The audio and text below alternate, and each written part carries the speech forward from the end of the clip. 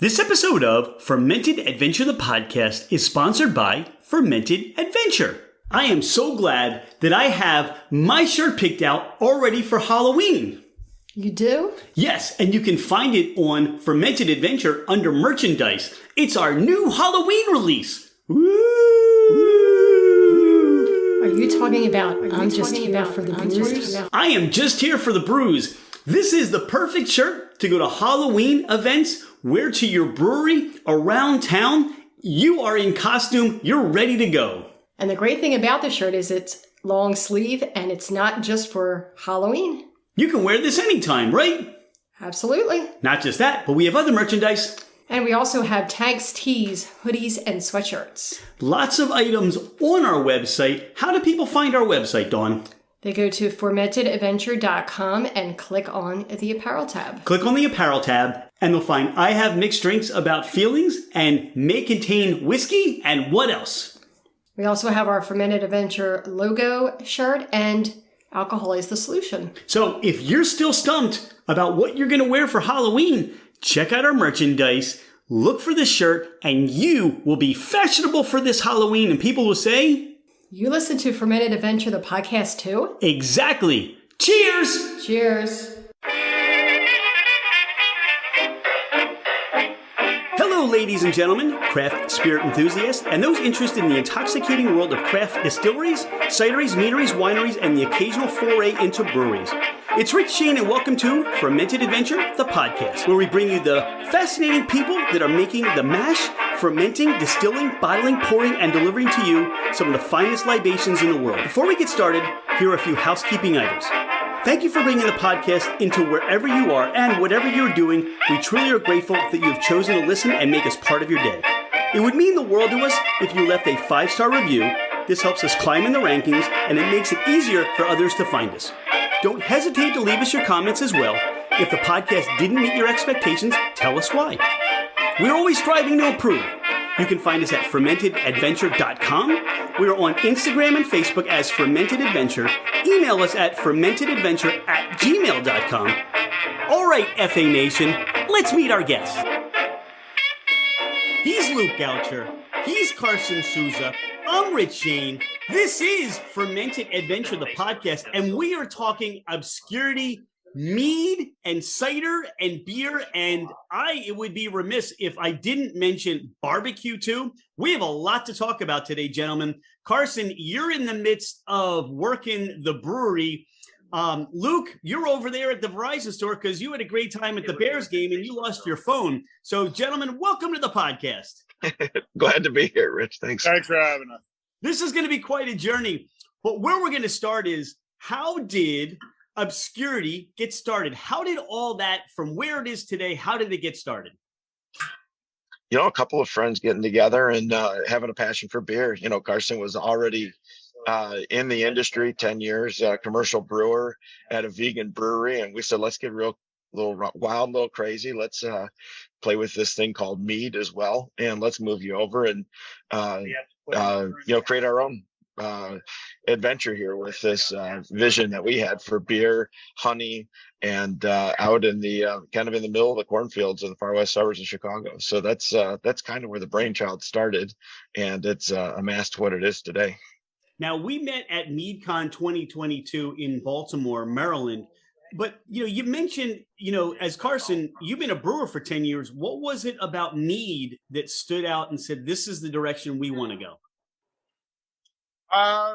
That's a great question. So, on the mead side, it was something that was a challenge for me. I hadn't really made many meads. Fermented cider in college. But yeah, commercial brewing for, a decade, Luke kind of threw it out there and it was like, hey, well, this is something new and I love to ferment and I want to try to make the best product that I can in any fashion. So, just jumped right in to just all the research, tasting, looking at composition. We flew around the country. We looked at some of the best meaderies around. And then I just jumped in with 2 feet, basically. I mean, I really just started trying to grasp on how this is fermented, why it's fermented, why is it hated? Why is it liked? All those factors, and really just tried to start making the best product that I could. Carson, you mentioned a couple things right there. Number one, you love fermentation. You're very into fermentation. How did that all come about for you? Younger. You're a young guy, so where did all that come from? Well, I went to school for music. I see the transition right there. And in Boston. And then I've always been a food and bev guy. I've never left food and bev ever.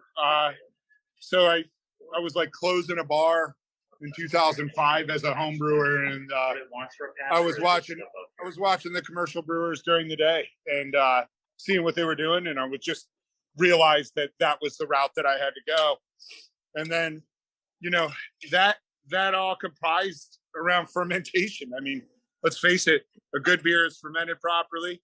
A bad beer is not fermented properly. Anything that tastes good, bread, hot sauce, you name it. If it's fermented properly, it tastes really good. If it's fermented incorrectly, you got some problems. So it's kind of how it all started for me. Luke, Carson mentioned that you traveled around the country and you checked out different meaderies to get an idea of what they were doing. What were some of those meaderies, and what was the help that they provided to give you the direction as to where you both wanted to go? Yeah, that's a great question. Yeah, we have some great meaderies, first of all, in Illinois. And, we started with some of those, got to really know those guys, and they've been fantastic and basically accepting us into the mead community. But beyond that, we jumped into an airplane and went out to Eugene, Oregon to Viking Braggot Company, because we make a lot of Braggot style beers, which is the beer fermented with honey. So you've got the fermentables of the grain as well as the honey fermentable. Those guys have it in their name. We figured they were doing it well. They were very gracious in opening up their doors to us and showing us, the complexities of their brews with the honey, with the impact of the different honeys on those beers. And then let's see, we did Rabbit's Foot. We did a bunch of them, but those were the two that really stuck out. Rabbit's Foot in California and Viking Braggot in Eugene were two of the ones that we felt were a pretty good experience for us. We've enjoyed obviously going up to Schramm's and Bee Nectar as well as we're in the Midwest here, and that's not too far of a drive for us to get up to Ferndale, Michigan from the Chicagoland area. So those are some of the ones, and then I'd be remiss to say if I didn't mention Superstition too, who is kind of leading the game right now in that world. So kind of looking at all the different aspects of some of those big meaderies that we had kind of idolized here as fanboys before we really got going, and getting out and just being honest with them what we were trying to set off to do. And they were all very much welcoming, brought us right to the back room and said, any questions, let us know. And that's kind of how we got rolling. Carson mentioned, you went to school in Boston for music. And, for you, what you said, Luke, was that, you were fanboys of what these other meaderies were doing. Well, I look at it this way. You not only became fans, you said, all right, let's break this down and let's learn how to play the music, right? Let's learn the notes. Where did you start with, mead? If you start from the essence, it's honey. What was the thought process there as far as sourcing honey and the different varieties of honey that you wanted to take on to make your meads? Sure. What I would do is Carson, do you want to take that, or I can start right now. Sourcing the honeys is interesting. I'm gonna just start with the real basic answer, and then I'll let Carson get more complex. But I think we didn't know. I think we didn't think through it 100% when we got started. Hey, you go to this local honey guy and you say, hey, we want to buy some honey from you. We're making this cool product, and they go, cool. We make 5 gallons a year, and we're like, we need a lot more than that, and then their prices, obviously, just because of the low volumes, were, it just didn't make sense. So we had to pivot pretty quick. But we've been able to find some sources through the National Honey Board, and locally here through some of our other through some of our other mead friends to get it in bulk, because you don't realize, when you're making a batch of mead, you're looking at 4 or 5 55-gallon drums of honey, and you need that flavor profile to be the same every time, and you need it to land at your door every couple of weeks. So that's a volume of honey that most of our local makers they just aren't able to produce. So that's where that became. But as far as honey as a fermentable, and Carson kind of can talk about some of those flavor profiles and why he uses what he's using. But the honey in it of itself is an exciting adventure to go down that rabbit hole of all those flavor profiles and the different types and regional honeys, et cetera. But we're using a lot of the standard honeys that a lot of the other meaderies are using in the area too. Wildflower is a pretty conventional base honey for us, and back sweetening with clover. Carson's won a couple of gold medals, fermenting and then back sweetening with the buckwheat honey in some of our braggots. So a couple of our IPA braggot, which is called Good Kiss, and our Hefeweizen braggot, which is called Toe City, both winners, Toe City a multiple winner at the National Honey Board beer competition. Those are all with a buckwheat honey, which I thought was quite interesting, because that's such a bold flavor profile to balance and dance in a Hefeweizen. In my mind, that doesn't make that those two don't line up, but Carson's wizardry align those two, and it's turned into some recognition through some of those competitions. So but yeah, we continue to explore all kinds of varietals of honey, depending on seasonality and availability, but also focusing on, our region here and cranberry bogs and some of those varietals that are available, just from our immediate area.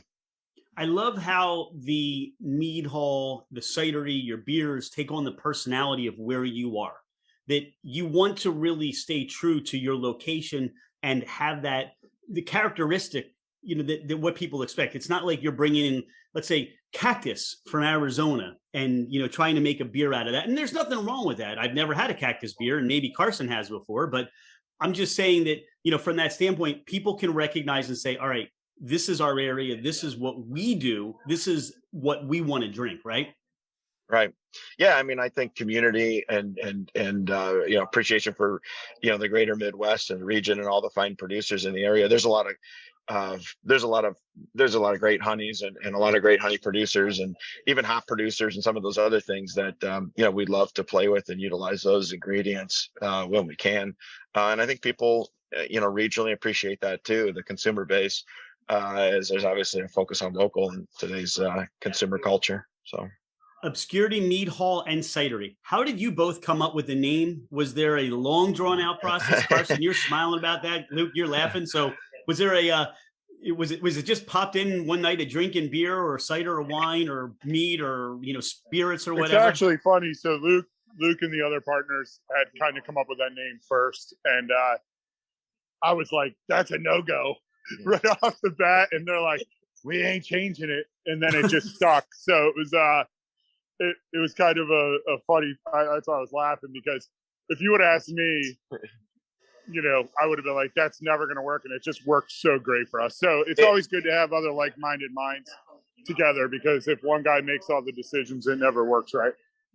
That's a testament to you, that you're willing to kind of, hey, you'll give some of that to someone else and you'll step away and say, all right, that's the name. That's what we're flying under. Yeah. I trust my partners.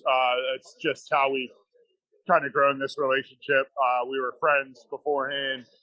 Luke actually owns 2 restaurants, and they were buying my beer long before I came on board. So yeah, I rolled with the punches on that one. I mean, branding is one of those things. You got to find the right brand, and then once you do, you could scrutinize it and ridicule it as much as you want, but at the end of the day, you gotta pick something and move on. And it just felt right the way it felt right with all of it. So. Talk about that, because branding and brand awareness seem to be very popular as far as a conversation at MeadCon. What for you, what is your brand or what is your branding that you're looking to stay true to? Sure. So, I think that just the uniqueness of the product offerings that we've put together here, and then where we're doing it too. I mean, we say we're Chicagoland, but anybody in the Chicagoland area would say we're rural. we're So we like to marry that up with where the concrete meets the corn. So, it's an obscure thing to have a meadery in Illinois at all. There's only 6 or 7 of them total. It's an obscure thing to brew with beer. It was an obscure thing for Carson to come from a vegan brewery and now be brewing so much with honey, which is not a vegan product.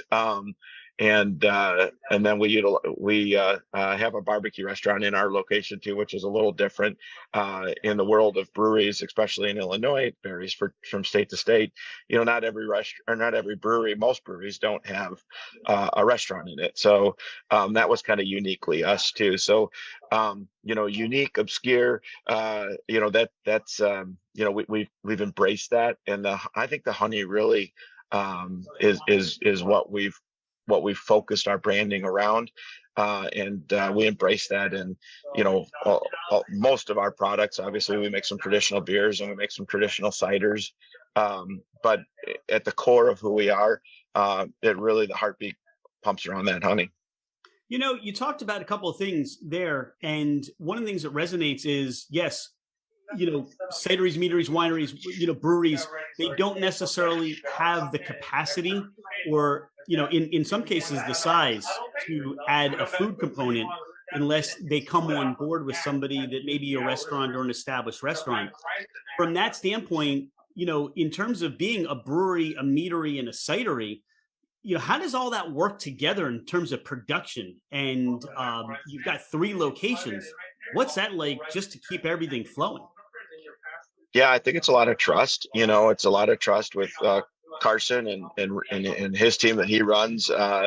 Managing both of those production facilities and being able to handle all the different odds and ends. And he could probably talk more about those curveballs. And then trusting in our front of house management and our kitchen manager, and a lot of teamwork is going into this too, to make sure that there's a sync and that they mirror up, and that it all dances together the way it should. But as far as managing the 2 different production facilities, because they are in 2 physical locations, Carson's walking around in the actual brewery facility right now, but a block away, is the meat and cider facility that he manages as well. And him and his team do a fantastic job balancing those 2 plates. So, Carson, are you able to speak to the production?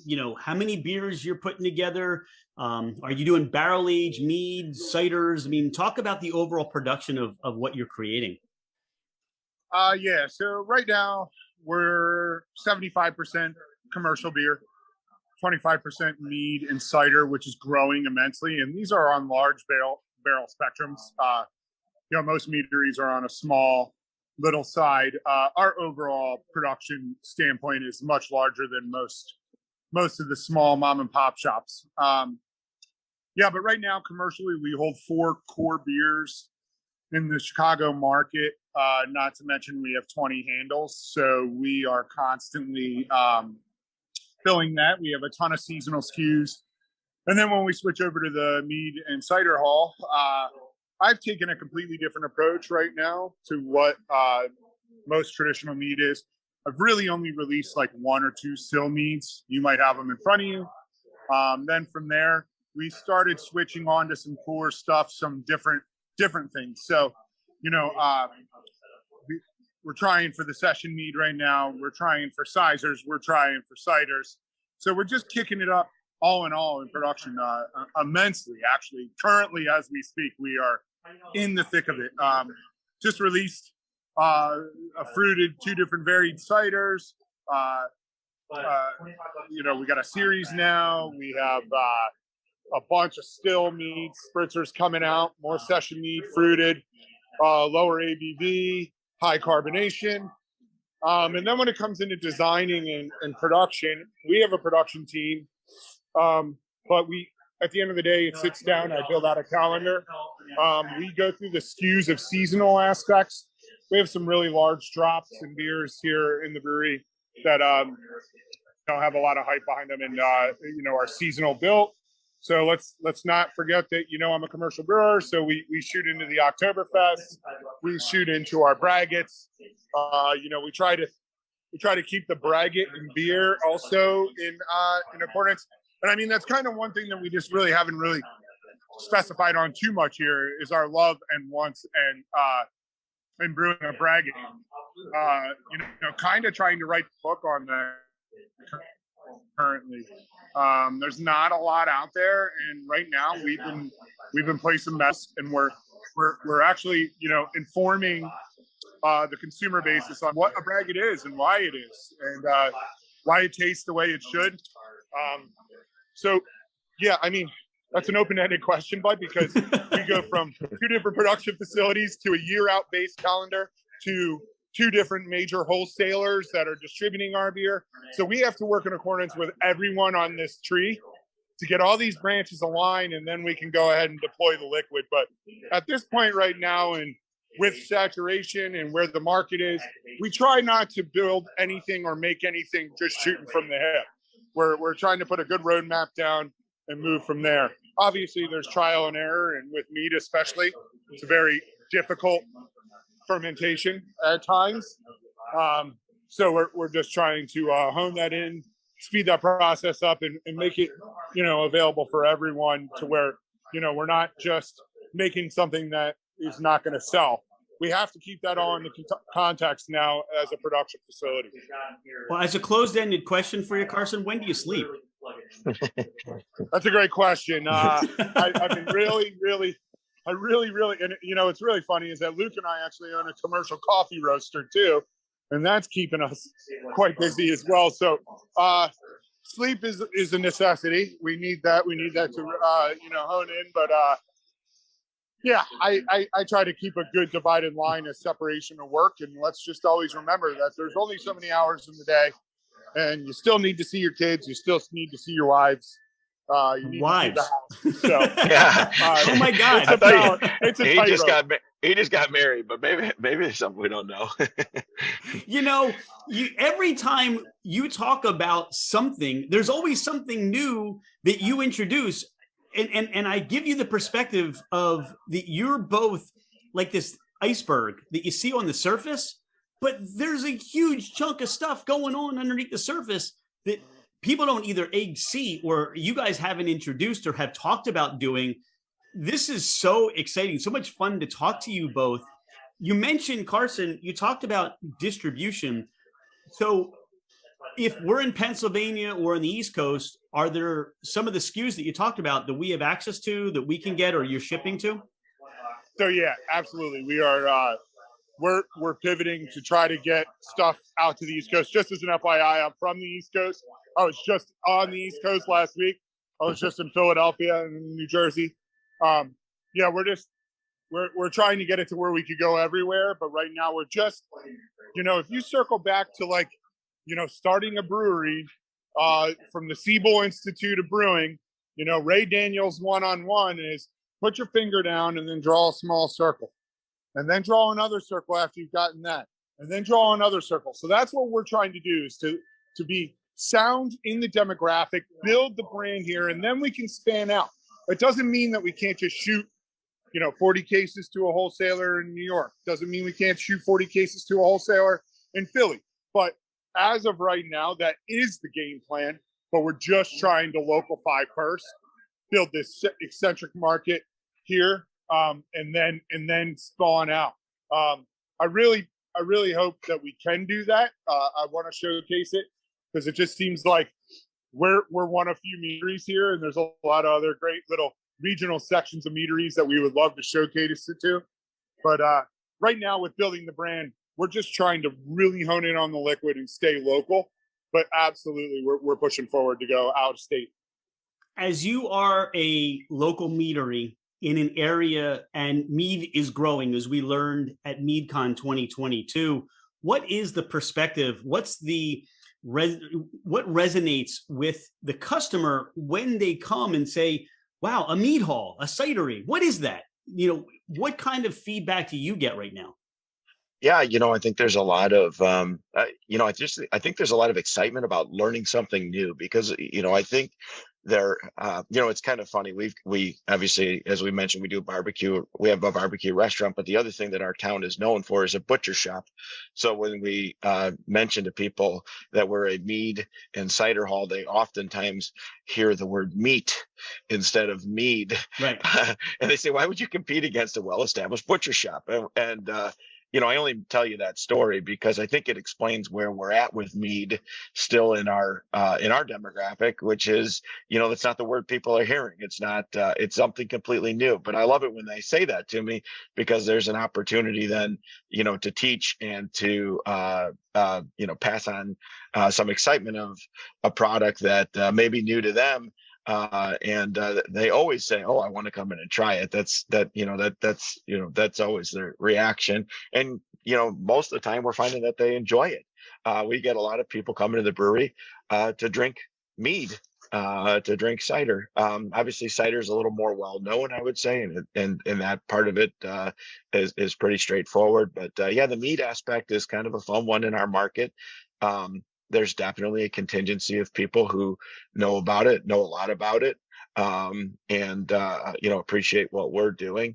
But there's a large component of it where we're the introduction to it, and that's fun too because then they go and seek out those 5 or 7 other meaderies in Illinois, and then and beyond, and really start to embrace the product and the history of the product and the importance of the product in fermentation at its core. So. You really hold a place for introducing the market to mead, to the unique, obscure products that you're making. Is there a sense of responsibility for both of you in that regard? Do you feel a sense of connection with the purpose? Yeah, I mean, I absolutely. And I think that's, at first when we started talking, we were talking only, mead and cider, but obviously with then Carson joined our ownership group and team, and with his level of expertise, we focus first and foremost, I think, on the brewery, knowing that could be the magnet that brings people in, and then allows us to, through Braggot, kind of bridge them back to mead and try to educate and push them into their uncomfort zone to try something that they haven't tried before. And that really was the tool and mechanism that we kind of built in our own heads as we were talking. Why Braggot?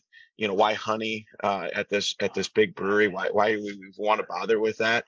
Was to kind of bridge back and hopefully take those beer drinkers down a road that would introduce that. And we go at it from a couple different ways. That's just the beer way. But yeah, absolutely. We feel a responsibility to educate and continue to educate ourselves on it, really, too. It's, it's the oldest fermented alcoholic beverage that there is, but there's not a lot of people doing it, even though it's one of the fastest growing sectors right now.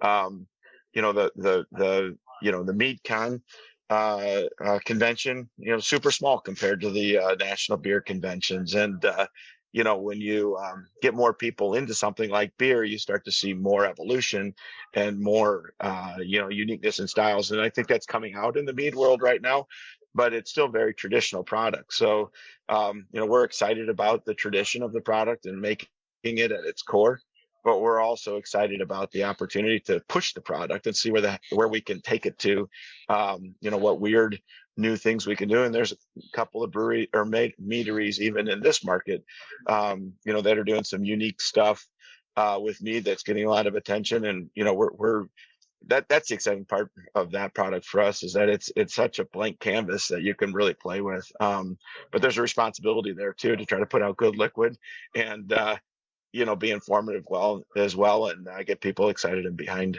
the cause, if you will. You shared the direction that Obscurity was looking to go, especially introducing honey and the fermentation process. What have been some of those aha moments, those areas where people have given you that feedback and you said, man, this is the right decision, we're on to something? Yeah, that's a great question. So let's face it, honey's an ingredient. And it's hard to decipher what it's going to do in what process. So certain meads or certain honeys ferment way better than they back sweeten. Others work really great as back sweeten and then go to fermentation. They suck. So what I was doing was really just trying to find flavor profiles and bring them into the braggot aspect. So let's if we trace back, I started with braggot. I was also commercially testing and slotting yeasts because each one of these yeasts, each one of these honey varietals are all going to act different. I mean, they all act different in so many different ways. So the first thing that I was trying, and which I kind of like, what it is the aha moment is, obviously placing metals on our braggots is huge. And we're like, hey, why did I do that? And I found this local buckwheat that had a very uric acid, farmy flavor. And I knew that sweetness and that earthy barnyard flavor would back up with a good phenolic, German proprietary Hefeweizen strain. I started thinking on a culinary aspect, which kind of before I am a brewer, I'm a culinary guy. So I started just trying to try on trib what these yeasts and honey interact with first, then what the malts can interact with, and then we throw the major curveball, and that's hops. So once we start working with that, then we start deciphering where these flavors are going to go and why. And I'll tell you, I mean, there's been plenty of swing and a misses too. I mean, you can't just be like, oh, you're the best. You have to work at this, and you have to figure out what's working and why it's not. And adjusting too, once again, we circle back to the commercial aspect, I mean, our vessels are not small. So it's really planned and methodical of where I'm going at this point, what honey I'm using and why, what I'm looking to do. If it's a base mead, I want to make a base mead and I want to separate it in 4 different ways. I'm going to ferment it, with ale yeast. I'm not using what a lot of the mead makers are using. I'm getting cleaner, non-phenolic resonance. I'm going to use clover honey. I'm going to back, I know what honeys I'm using for back sweetening, and I would never use them in a braggot situation or vice versa in a mead situation. So yeah, it's having a pantry and knowing how that pantry works, man. Short order. When you and Luke, for you and Carson, Luke and Carson, when you both roll out your business and, business in making a brewery, cidery, meadery class at the local university, I want to be there to take that, because the amount of thought and information and trial and error and things that you can teach people right off the bat is immense. It's incredible. And so thank you. You're sharing stuff here that for, I guess, the general listener, even for me, is, some of that stuff is, flying over my head. But what I'm grasping is you are so dedicated to your craft. You're so dedicated to your business, and you want to do it right. You're not just going to throw stuff out there because you have a lot of need to bring money in and keep people employed, right? Yeah. Absolutely. And, back to that core question too, just from a business aspect, or from, I guess I'm more the fanboy. I'm not the maker. I'm the business side of the things. When you sit down and you're talking to people and you're introducing them to, a beer with honey called a braggot, and, they're super complimentary and they're pulling those flavor notes out. And these aren't people that, you typically talk like that. Those are some of the aha moments for me, that I just appreciate, and, makes me feel like we're in the right direction, that we've really got a hold of something here. Rediscovering a Hefeweizen for the first time, but this time with honey called a braggot, watching a consumer go through that process. Those are aha moments for me that really make me feel good, and, know that we're on to something. So, well, you've talked a number of times. You've mentioned braggot countless times on the podcast, but we have a number of things to taste through, to share, and hopefully introduce the listener of the podcast and people to come out to your brewery or find things in the area that they can pick up through distribution. Where should we start? What items should we start with right now? Well, I think we've talked about it a couple of times. Oh I think no, really? This I think one? I think we should probably reach for that one there. And for disclosure, I wait until the podcast to try all these. So it's been a test of wills right now not to open anything, especially through the weekend. So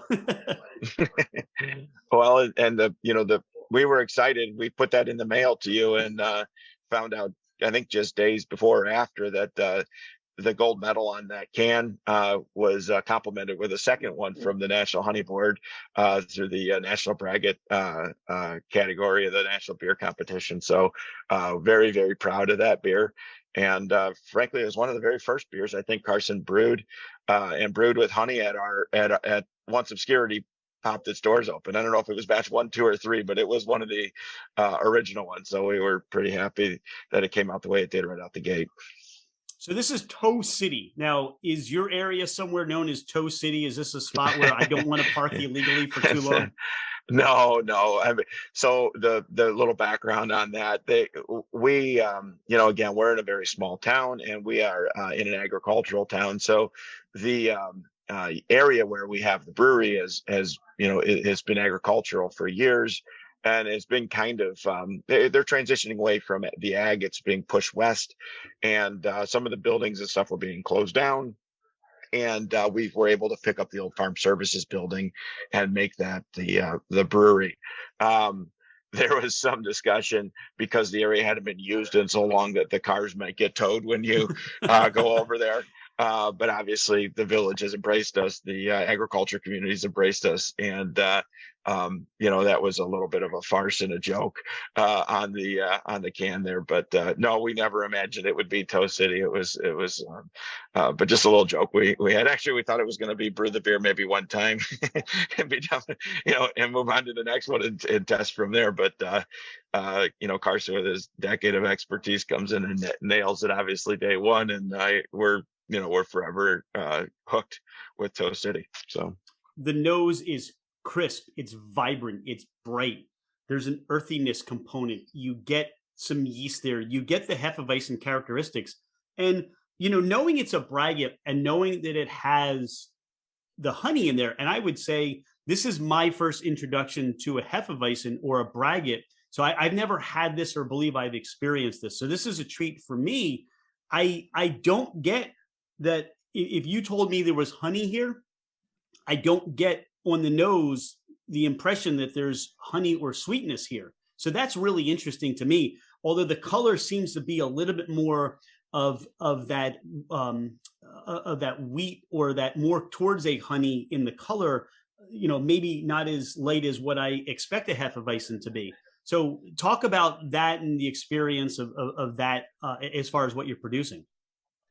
I can just talk about it as a drinker, then Carson can talk about it as a composition of the liquid. But I think you get a lot of banana and clove on the front end, and that traditional Hefeweizen taste, and it just hits so perfectly.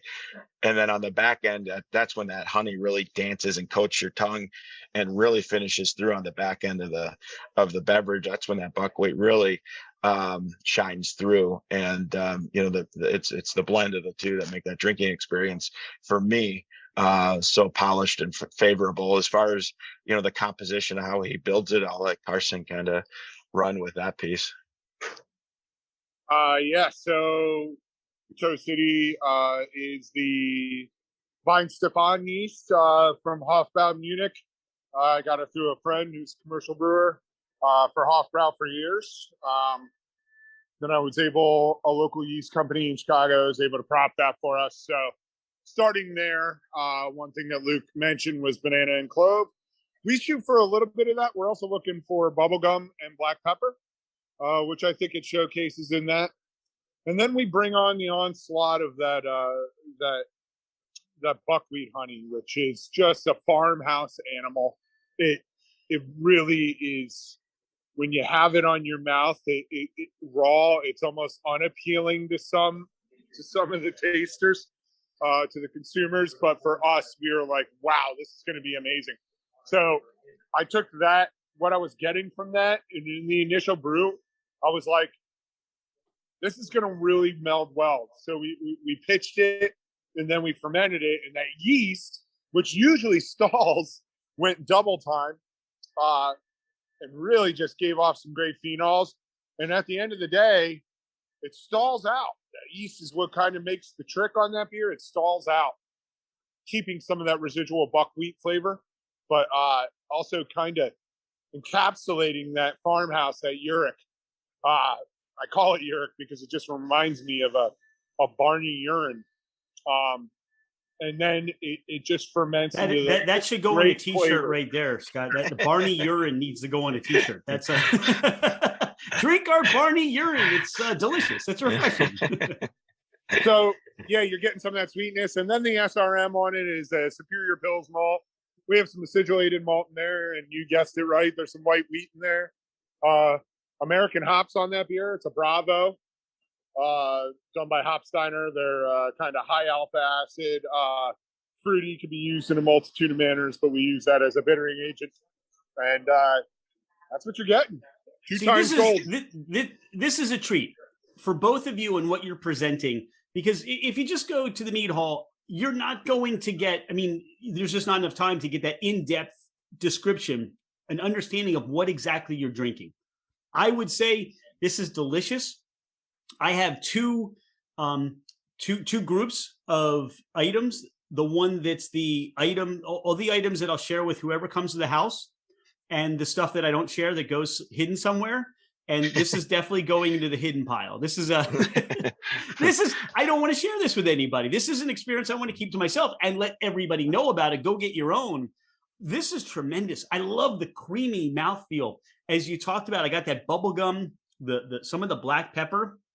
The banana to me was very light, and you get the clove of the Hefeweizen that you would expect. But when you talk about that buckwheat, I believe it brings and imparts a character unlike any other Hefeweizen. And I guess this, for me, my experience now with a braggot, now I understand at least what I will enjoy in the future and what I expect to have when I see this by somebody else. Yeah, it's really that dance and well fermented meld of the grain bill and the honey bill, with the thought process between those two characteristics coming together through fermentation. And Carson's really done a good job of nailing that. I absolutely love the mouthfeel. I just love how this just coats your tongue and just stays there and allows for a period of time that you can sense flavor, texture, even color palette as far as what's coming out of this beer. That's tremendous. I can see why you've won awards. You should win more. Well, we hope to. We're on our way, hopefully. Where should we go next? I know we have this honey spritzer here, this high tea, and we have the Nemesis line. What would you want to take us to? I know there was an IPA there too. What would you want us to try? Yeah, so the Nemesis line is Carson's newest line of ciders. Two different fruit profiles on those.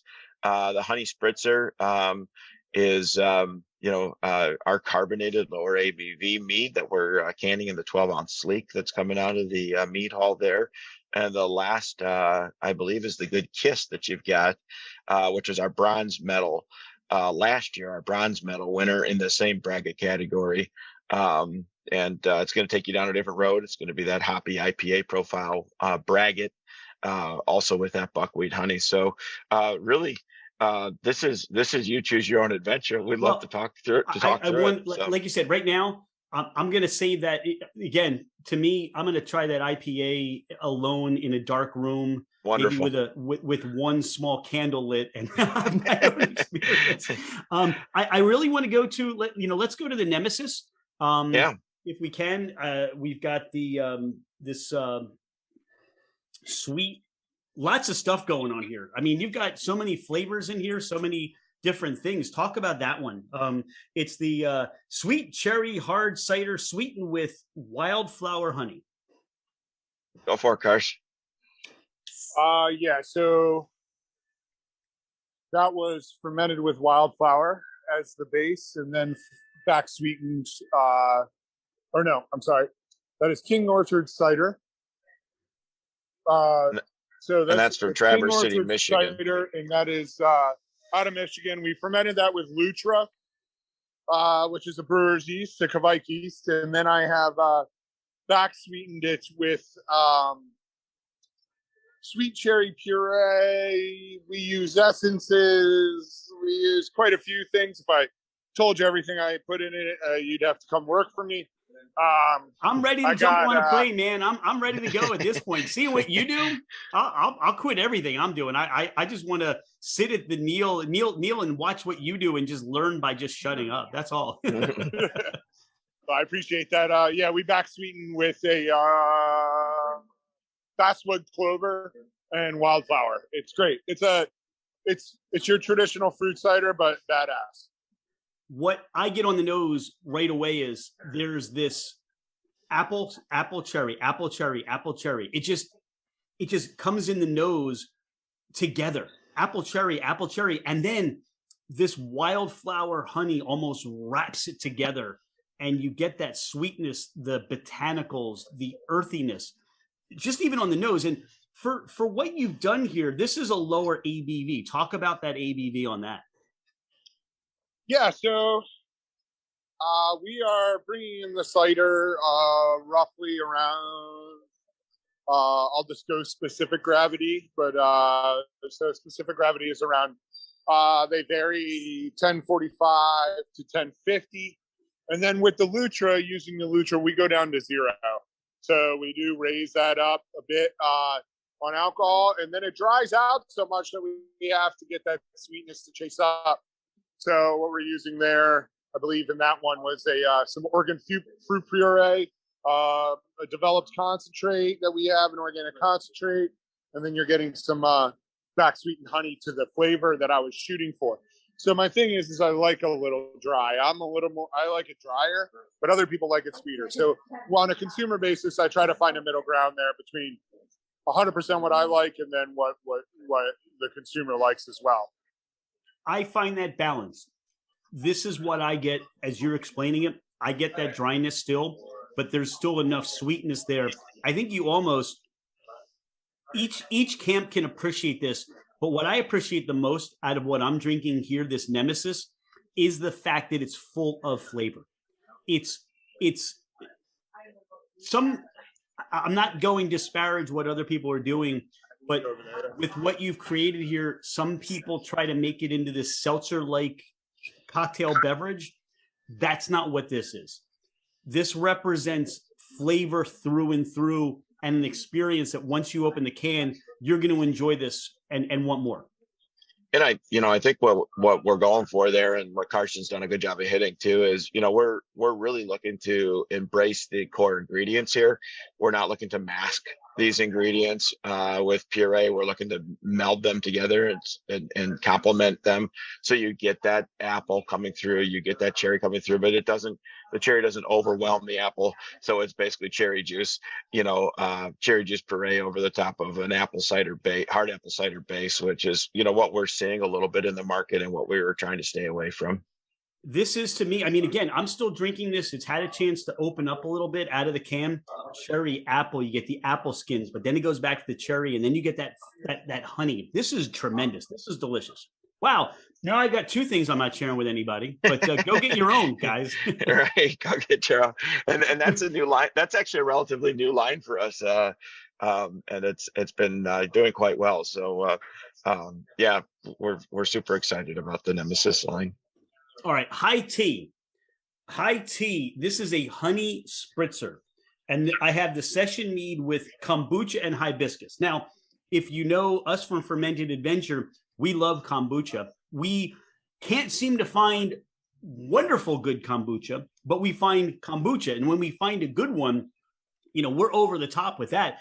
But the fact that you've taken honey and mead and the hibiscus and kombucha, this is, I can't wait. Talk about this.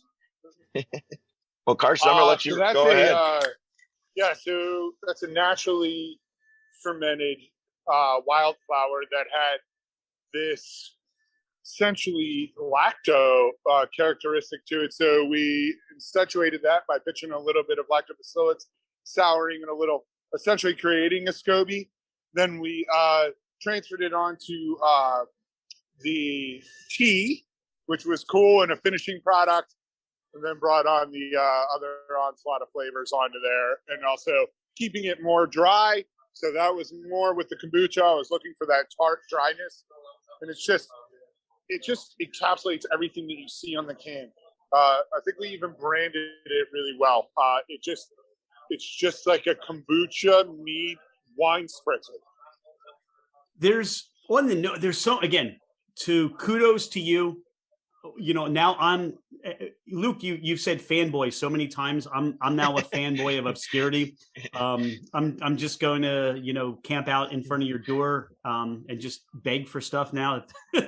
No, this is awesome, and a tribute to you guys. Again, even on the nose, so much of that floral component from the hibiscus, but then you get the tea that comes in. There's even some of this funkiness, like a sour nose to it. What is that, Carson?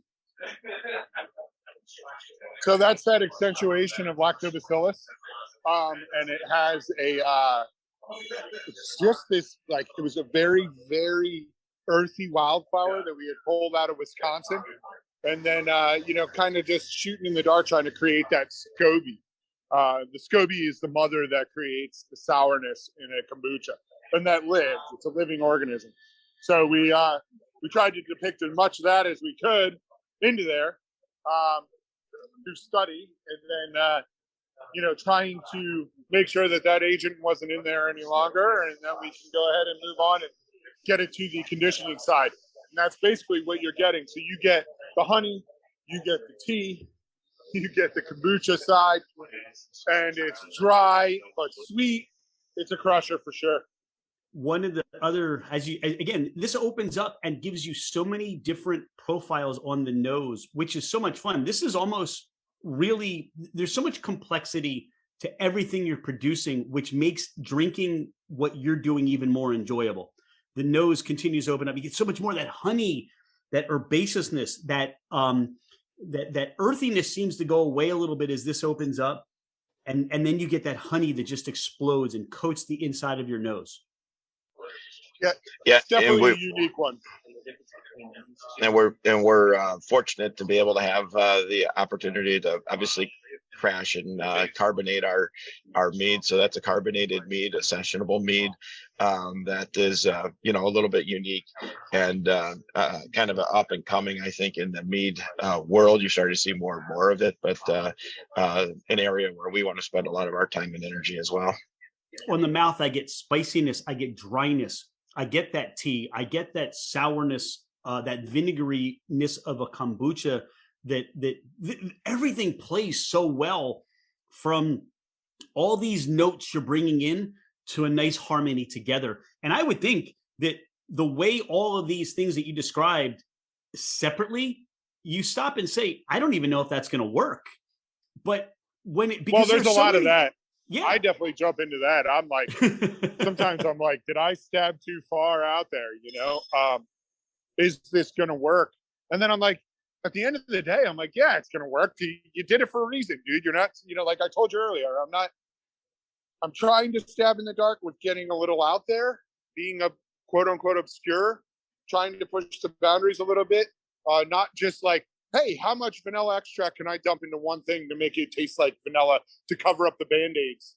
I want to try to, even if we were to come down a line of off characteristics, I want to try to build around that and accentuate and try to, patch it up. Not, there's this whole idea of just dumping crap in products, mead, beer, braggot, cider. No, I want it to taste good. I really wanted to try to be a refined liquid. And with that kombucha, I was out shooting and I was like, what did I do here? And then after it was all said and done, I'm like, what did I do here? This is on that side of things that is a little bit different from that. Wow, I want that different all the time. I don't want to, again, Carson, I don't mean to echo exactly what you're saying, but I want to have some obscurity and some stabbing in the dark to help me appreciate some of those other things. But now I appreciate this even more. This is, again, I keep taking sips and I find more things like there's baking spice. The warmth resonates. It's just still there. It's still there. I haven't taken a sip in about 45 to 60 seconds. It's kind of funny because when we brought that to MeadCon, I think it had some mixed reviews. And the only reason I feel that it had mixed reviews was that I don't think people knew how to approach it, to be honest. I think it's just a little bit out on what everyone's doing right now. I do notice I tried to taste as many of the other mead makers liquid there, obviously, going to was that Good City that we went to, or Charm City? Charm City. Yeah. That all their stuff was just phenomenal. And then when they had all what a those great bottles place out on the table, I started just going down a rabbit hole of tasting everyone's liquid. And I think my personal opinion is like, there's some just stuff that knocked my socks off, and then there was some stuff that was kind of and I don't know if the perception on our stuff was equally that way. I think some of it was perceived very well, but I think people might have a hard time getting into that if it's not described what it is, or it's just new to the mead world. I think we've I think some of the stuff we're doing was coming on a little bit of a different run. So it's kind of cool. It's an educational standpoint, and it's like, hey, I love shock and awe on people's palates. I think that's really cool, especially if it's something that my heart is 100% in. What I would say, and this is how I would characterize what I've gotten a chance to try today, and with meeting you guys, you both show up to a black tie event wearing plaid. You're still wearing the black tie. You're still wearing the black tie, but those shirts are going to be plaid. The jackets are going to be plaid. Maybe they've got some Chicago Bear colors to them to help people know where you come from. But That's right. People are going to know, hey, we're at a formal event, but we're a little different. We're out there. Yep. But you're out there is great. You're out there is sensational. Besides the bottle share, and I agree with you. I think one of the things that I can say from the bottle share that I can appreciate is those that are bringing the, okay, that's okay cider, that's okay mead. And then those that are bringing the, wow, I have never had this experience in my life. This is amazing. I think what it helps is, especially in the mead world right now, that rising tide is going to lift all boats. It's going to help bring everybody to another level. Carson, you've been doing beer for so long. You can remember what it was like when, nobody wanted to touch anything because they didn't really know what to expect going into an IPA or those other, more obscure, brews. But that's where mead is. It's that coming up and the complexity of what mead and where it's going. Yeah, it was kind of funny to jump on tail end of what you said earlier. I was sitting in the hotel, and Brad from B Nectar comes up to me and he goes, "You got to be the brewer that's here because you don't look anything like a mead maker." And I go, "What the hell are you talking about? What does a mead maker look like?" Yeah, I thought it was so funny when he said that. He's just like, "You just look like a commercial brewer, man." I was like, "Well, I happen to be one." And then we went out that night and had a ball. So it was, it's nice to be, there is a little bit of an outcasting. I forget her name from Charm City, but she discussed it too. Like mead makers kind of look at commercial brewers as like, hey, you're not a mazer. And I've always looked at myself that way too. I've always I tell Luke, I'm like, I'm not a mazer, man, but I think over the last year I've become one, to be honest. And I am a commercial brewer too. So it's two defining lines that are going to put these liquids to where I want them. And once again, it circles back to fermentation. It's just really what it is. I'm the consumer. I'm just saying this to you, Scott, and I'm the consumer, and I don't care what you call yourself, or I don't care what you want to call yourself. I just know that what you're producing is phenomenal. And I can trust what's going in the can. I can trust what's going in the bottle. I can trust what's coming out of the tap because I know that experience now. And I know the knowledge base that it took you to get there. And from that standpoint, yeah, whatever you want to call yourself, feel free to call yourself that. That's okay. I call myself a janitor because that's basically what we do. You're cleaning everything all the time, right? Yeah. Now, beyond just this mead and cider and beer, you guys have a barbecue place. You're making, I'm curious, you've got the smoked meats, but you've got honey grilled Bologna. We say bologna. It's Bologna out in the Midwest. Is that a thing for you guys? What is that? That's one of my favorite things on the menu. It's a big, thick cut. I mean, we take a big old thing of bologna. We cut it into, basically steak size pieces or pork chop size pieces, and then the kitchen does what they do with the honey and the spices, and they put it through the grill and make a sauce in house. And it brings me back to my childhood, but in a very adult way that I've embraced and enjoyed it. It mixes really well with a lot of the taps too that we've got in the brewery there. So yeah, that's a fun one. That's definitely a unique one that we quite enjoy. Yeah, you've got 3 locations, right? Currently Correct. open to the public. Yep. You've got.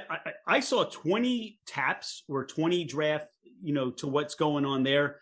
You've got, talk about some of your events and some of the live music you do.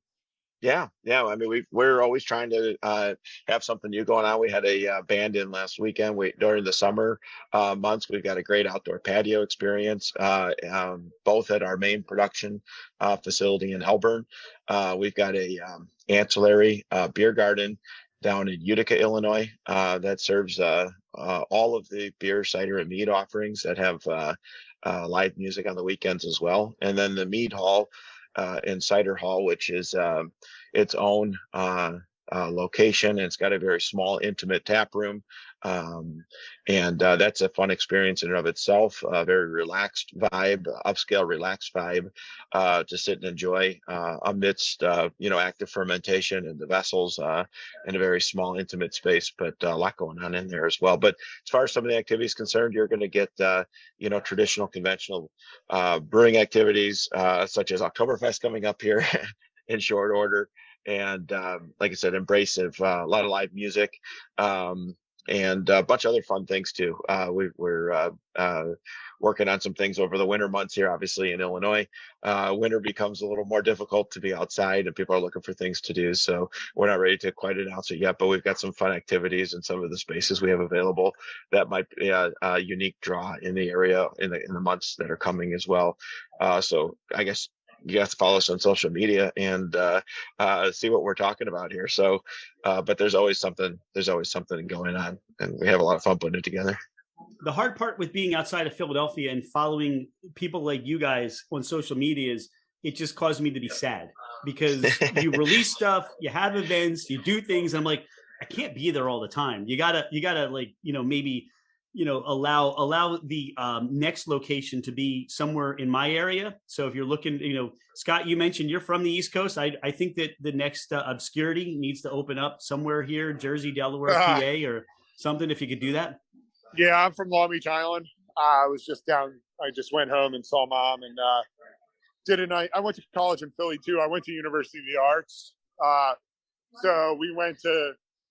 Me and my wife stayed at a rented house at the old Warwick and went to Monk's in my old stomping grounds, Dirty Frank's and Chris's Jazz Bar where I used to play jazz. So get out of here! Great time. But I'm saying, this iceberg thing, man. You keep talking. We learn more about you. It's your Renaissance, man. Yeah, it's funny, I got a lot of best friends out there still, and they really want me to open a brewery out there, and I'm just like, man, I don't want to open another brewery. I'm done with that. I'm like, Luke and I are going to get through this one and be done with it. Well, I'm grateful for what you've done so far, all the hard work you've done. While I don't want to not mention some of your other children, but on the Nemesis line, you've got the blackberry hard cider that's sweetened with the wildflower honey. You talked about the Good Kiss, which is that IPA. That's with the buckwheat honey. It's fermented with citrus and mosaic hops. Yes. Yeah, that's our bronze winner. And then you've got the honey spritzer, and this is a cranberry and blood orange that probably, if that to me, I'm like thinking that's like a cocktail style spritzer. That I'm curious how that might play with the flavor profile and adding a some sort of a spirit to it as well. That might be interesting, like a gin or a vodka or even an agave spirit. Absolutely. And that's one of the fun things with mead right now too. And one of the things we focus on when we talk about selling it out in distribution is the ability to use it as a mixer in cocktails. And, the complexity of mead is well beyond just pouring it into a glass. So, there really is an opportunity to play with it, above and beyond just the liquid at its core. Luke, is that something you guys are doing at the Mead and Cider Hall? Are you making some cocktails there? At a couple of our locations, we do use the mead and make cocktails. And we've done quite well with that. In Illinois, the mead and cider hall can't have hard spirits, so we'll use the base mead and make a lot of mocktail, mead tails, I guess we call them. They're not mock; they have alcohol in them. But yes, we'll turn some of these meads into margaritas and other fancy cocktails, and then over at the brewery where we can have the mead and the hard alcohol, we definitely are making cocktails complementing the mead as the primary ingredient, but blending those well with spirits, and our mixologists do a really good job of putting those together, and then obviously advertising those to some of our consumer base, our bars and restaurants as well, who've picked up on that a little bit too. So definitely a unique way to use the beverage. There is so much that can be done with all that you're making. Carson, I watched you for the last hour. You haven't stood still. You've been going from here to there to everywhere. What are you in the brewery right now? What exactly are you working on that, I know you're not cleaning stuff just yet, but you will be. Okay. So yeah, that's a great question. That's actually a great question. Yeah. So right now we're brewing an apple cider donut beer that we did with a collaboration of a local pumpkin farm. Currently in the brewing process, I'm on what's called water, and I've already run saccharification enzyme conversion through my malt. I've added some donuts to that mash too. And I am going into the kettle right now. We are almost kettle full. We will boil and boil off any of our impurities. And then I'm running that through a manifold, this manifold, and you can see this is called a grant. This is where our wort is transferring over to our boil kettle. And if you walk this way with me, I'm checking all these things because these are all. I know. I said you haven't stood still. See, I mean, I've been watching you. It's like you're all over the place. We're cleaning a fermenter. This is a 30-barrel vessel named after one of our partner's daughters, Autumn. Right now we're cleaning that in a 3-stage CIP, clean in place phase. And my other brewer, Jordan, he's my right-hand man here. He's walking over here. He just came from the mead hall where he was transferring one of our ciders to a bright tank, and now he's back here and will be helping me, assisting me on this the rest of this turn, and then we will get this beer into fermentation, wrap it up, and I got to pick my daughter up from the kid line at 3:30. Apple cider donut beer. That's what you're making. Yeah. You guys are just awesome. That is so great. So tune in next week when we go on another fermented adventure with Carson as we watch him describe and talk about what he's running around doing for an hour. I am so grateful that we met you at MeadCon. We are looking forward to coming out to Chicago for CiderCon, I think the end of January, February. I don't know if dates have been announced, but you're going to be the host. So this is something to look forward to. We're going to make it out to, as you said, where the corn meets the concrete, right? That's correct. Yeah. Where the corn meets the concrete. That's correct. Generous with your time today. Is there anything we haven't touched on the podcast today that you want the listeners to know about? Maybe some things about Obscurity that we didn't mention? I think you did a great job today, really showing a pretty nice light on us. We talked so much about braggot and cider and mead. I guess the one thing to really hone in on is we do make traditional beers too. So I've heard that misconception out there that, they're just the mead and cider guys. They don't do a lot of beer, but we actually do quite a bit of traditional beer as well and have that full scope. So, really is something for everybody. in that, drinking category, and even the non-drinkers too. We've got, cold brew, cold steep coffee that we, cold brew nitro coffee that we make in house, that we roast the beans, for that drinker who might be coming out and wanting to enjoy a meal, good barbecue meal, but really have a full scope here. And not only is Carson fantastic at making braggots and meads and ciders, but the beers are pretty good too. So I can't wait to try, especially with those coffee, the roasted coffee. I can't wait to try your stouts or porters or whatever you're doing with your coffee beans. Yeah. And you asked early on, and we do have a barrel program, and some of Carson's first creations coming off those barrels are just phenomenal. So and they do include the he's showing you there. He's showing us the barrels. But they do embrace and include our Sol Loco coffee brand as well. So Carson's the roaster on that as well. He's modest. He didn't tell you that, but the coffee adds an interesting component too. We've got a chart nitrogen doser, which allows us to put out nitrogen cans. So obviously we're using that mostly for the coffee, but we play with that with the beer and mead too a little bit. So we haven't come out with a nitrogen dosed mead yet, but that's one of those things on the horizon where I would say, keep paying attention to the social media, because it's coming. We're working on it. You guys, Carson and Luke, you guys are phenomenal. Thank you. So I'm so grateful. I said before, I'm so grateful we met at MeadCon. I'm looking forward to so many great things that you continue to put out and do. You're a treasure in your community, and so much that they should appreciate. Continued success, and we can't wait to speak to you soon. Thanks for being a friend of Fermented Adventure. And Carson, I'll let you get back to what you're doing. Make sure you get in line to pick up your daughter. Luke, get that phone fixed. I can't say what's going to happen with the Bears. It's not, if it rains every week, you got a shot. But right. We're 1-0. We're on top of the world right now. All right, guys. Thank you. Thanks. Thank Have a you. good one.